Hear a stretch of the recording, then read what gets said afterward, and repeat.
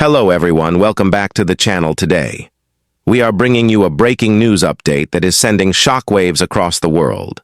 Israel has officially confirmed heavy damage following a massive strike launched by Iran-backed Houthi forces. This dramatic escalation comes at a time of rising tensions in the region, and many observers fear that it could be the beginning of a much wider confrontation between Israel and Iran. The Israeli government has admitted that multiple drones and missiles fired by the Houthis managed to penetrate its sophisticated air defense systems. Israeli defense officials acknowledged that several critical targets were hit, resulting in widespread damage and scenes of destruction across several areas. Eyewitnesses have reported loud explosions, fire erupting from key facilities, and emergency teams rushing to the sites in a race against time to contain the devastation. This strike is being described as one of the most dangerous attacks Israel has faced from Houthi forces, and it highlights just how far the Iran-Israel shadow war has now spread. What began as proxy confrontations has now reached Israeli soil in a way that officials say cannot be ignored. Security analysts point out that the scale of the assault suggests careful planning, advanced technology, and clear backing from Iran, without which such an operation would not have been possible in Tel Aviv and other Israeli cities. The atmosphere is tense, with citizens reporting. Power blackouts in some districts and damaged infrastructure in others. Hospitals are on high alert as emergency rooms deal with injured civilians and soldiers, while local authorities continue assessing the full scope of the attack at the same time. Israeli military forces remain on standby, preparing for possible counter-operations that could target Houthi positions in Yemen or even stretch toward Iran itself. The political implications of this development are profound. Prime Ministerial statements from Jerusalem confirm that Israel will retaliate, though officials have yet to release details on the nature or timing of a response. Some members of the Israeli Security Cabinet have called for direct strikes against Iranian assets, warning that restraint at this stage would only embolden enemies.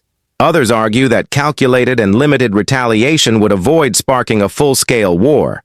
Yet consensus appears to be building that Israel cannot let this attack go unanswered. International reactions have been swift. Western governments have condemned the attack and expressed solidarity with Israel, but at the same time, many world leaders are calling for restraint. The United States has released a statement affirming its commitment to Israel's security while urging both sides to avoid further escalation. European capitals, including London, Paris, and Berlin, have echoed similar messages, emphasizing that the Middle East is already on the edge and that another war could unleash chaos across the region. In Tehran, officials have not admitted direct involvement, but rhetoric from Iranian media outlets has celebrated the Houthi operation, framing it as resistance against Israeli aggression. Sources from intelligence agencies believe that Iran not only provided the weapons used in the attack, but also coordinated training and strategic planning, making it nearly impossible to separate the Houthis' actions from Iran's larger objectives in the region. The Houthis, for their part, have proudly claimed responsibility, boasting that their strike demonstrated both their technological capabilities and their ability to strike deep into Israeli territory.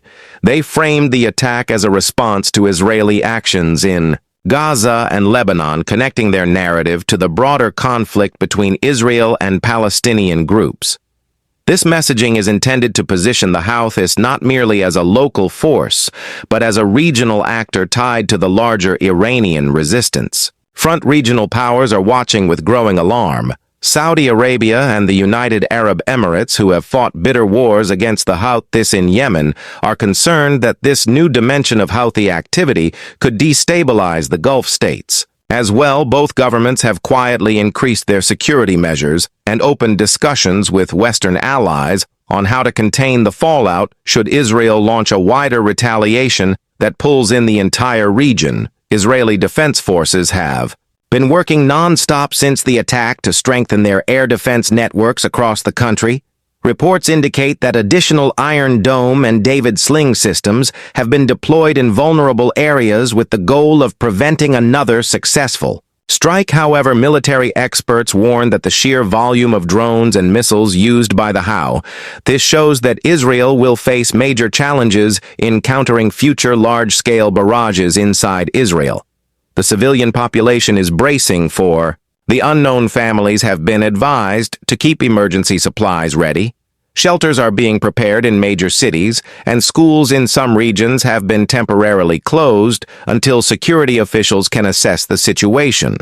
This sudden disruption to daily life is fueling anxiety and anger among ordinary citizens, many of whom are demanding decisive government action to prevent another humiliating breach of Israel's defenses. The Israeli media is filled with heated debate. Some commentators are calling this the most serious blow to Israel's national security. In recent years, arguing that a force like the Houthis, once considered marginal, has managed to cause damage that traditional enemies could not. Others stress that this is evidence of Iran's growing reach and that failing to respond will only invite further strikes from multiple directions.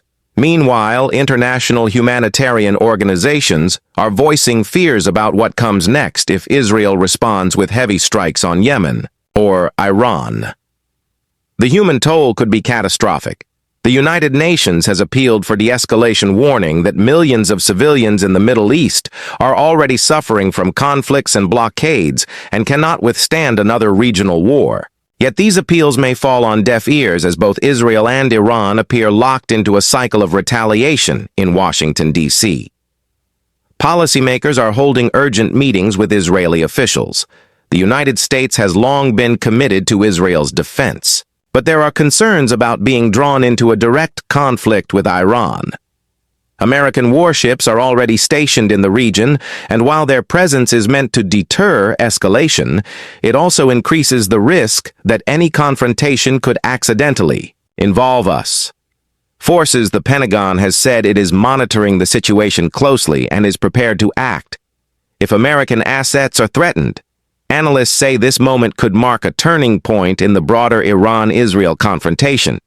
Up to now, the two countries have engaged in indirect warfare through proxies, cyber attacks, and covert operations.